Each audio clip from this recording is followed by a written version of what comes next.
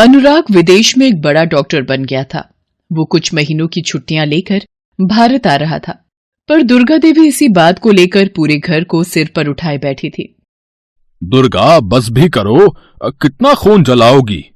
इतने सालों बाद बेटा विदेश से आ रहा है, उसके सामने ऐसा मुंह बनाकर रहोगी तो उसे कितना बुरा लगेगा।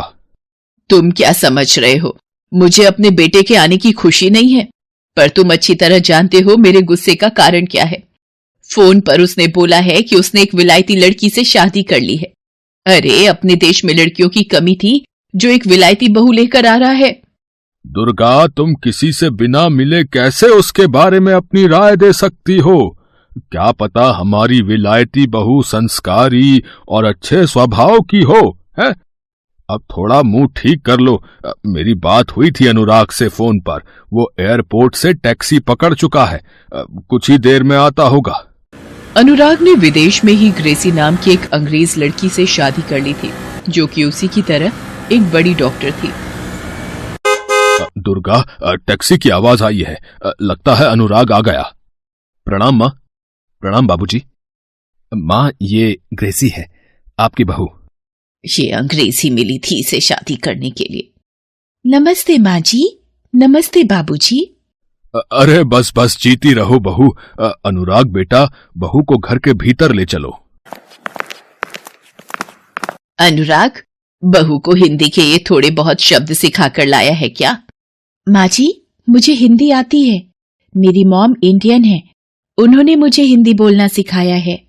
अच्छा, तो तेरी माँ ने एक अंग्रेज से शादी की और अनुराग को तू मिल गई।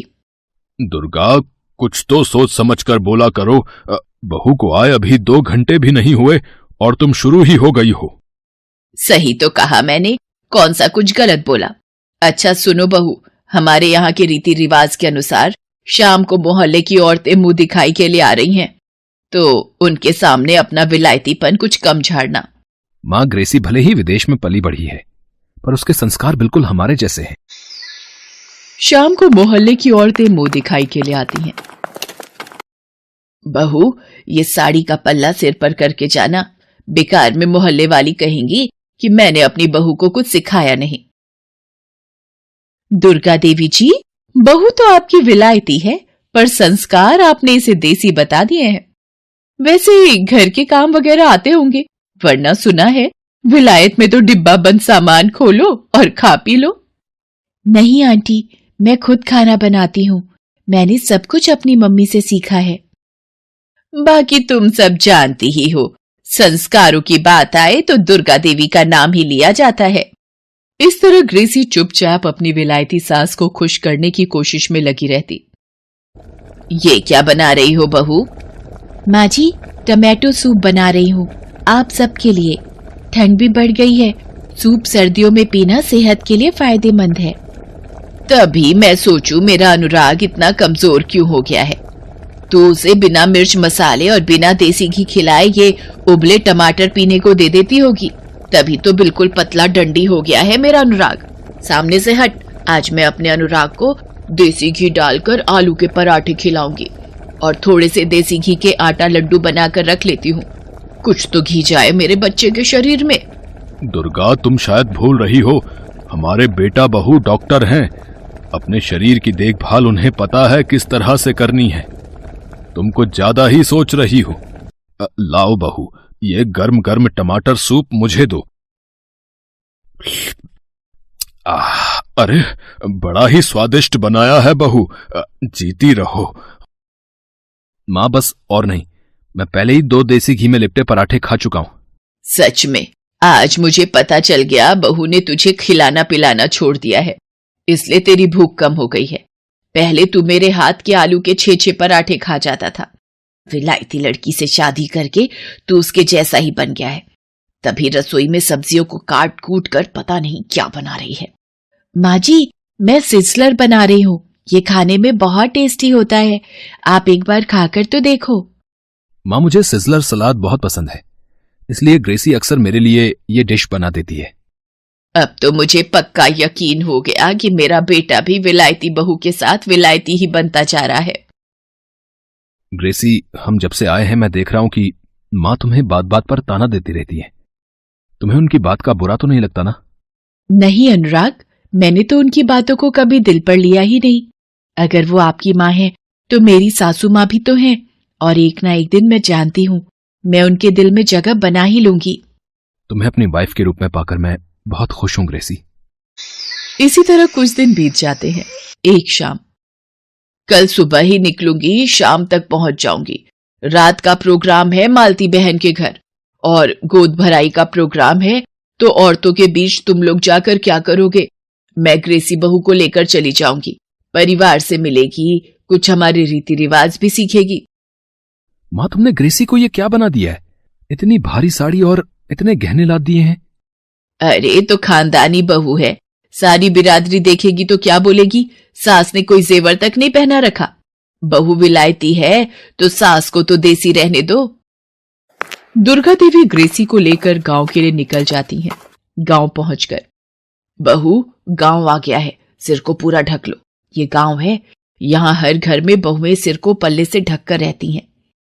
पर माँ जी, यहां तो बहुत अंधेरा है, शायद लाइट गई हुई है।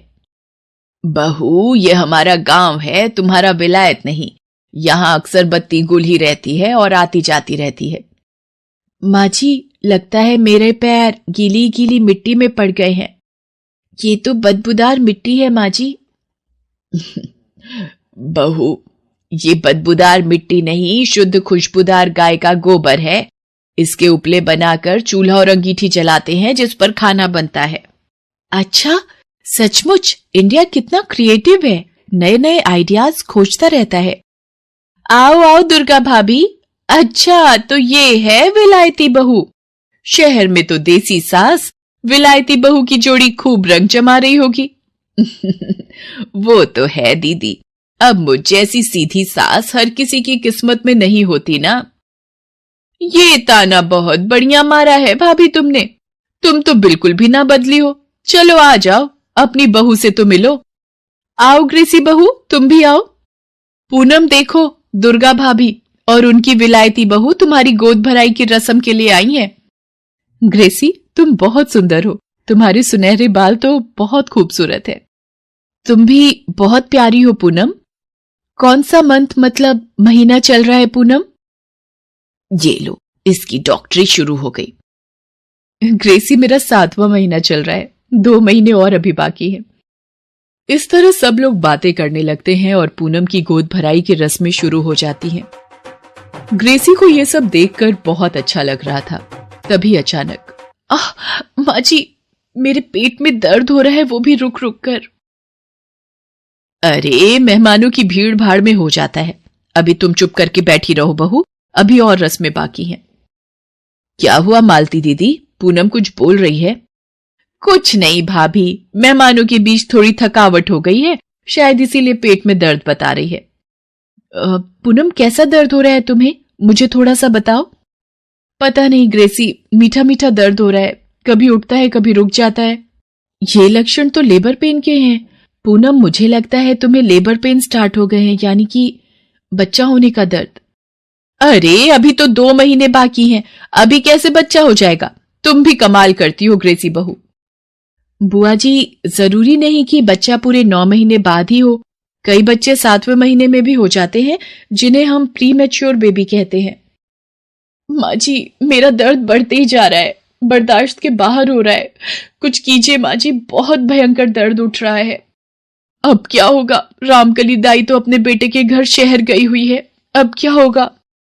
तो दीदी, दूसरी दाई को बुला लो। भाभी, ये छोटा सा गांव है, यहाँ पर एक ही दाई है। डॉक्टर भी शहर में रहते हैं जो सुबह आकर शाम को अपने घर चले जाते हैं। अब क्या होगा, कुछ समझ नहीं आ रहा। आप घबराइए मत बुआ जी, सब ठीक हो जाएगा।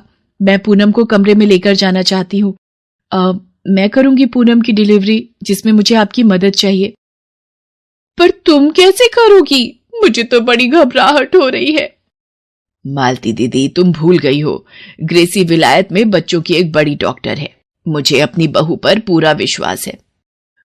ग्रेसी, मेरी सहायता करो, मेरे से दर्द और बर्दाश्त नहीं हो रहा। चिंता मत करो पूनम, मैं तुम्हें कुछ नहीं होने दूंगी। आप सब बाहर रहिए, मैं पूनम के साथ कमरे में हूं।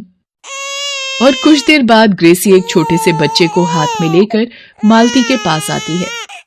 बधाई हो बुआ जी, पूनम ने एक प्यारे से बेटे को जन्म दिया है। पूनम और बच्चा दोनों ठीक है। ग्रेसी बहू, आज तुम्हारी वजह से मेरी बहू और पोता दोनों सकुशल है।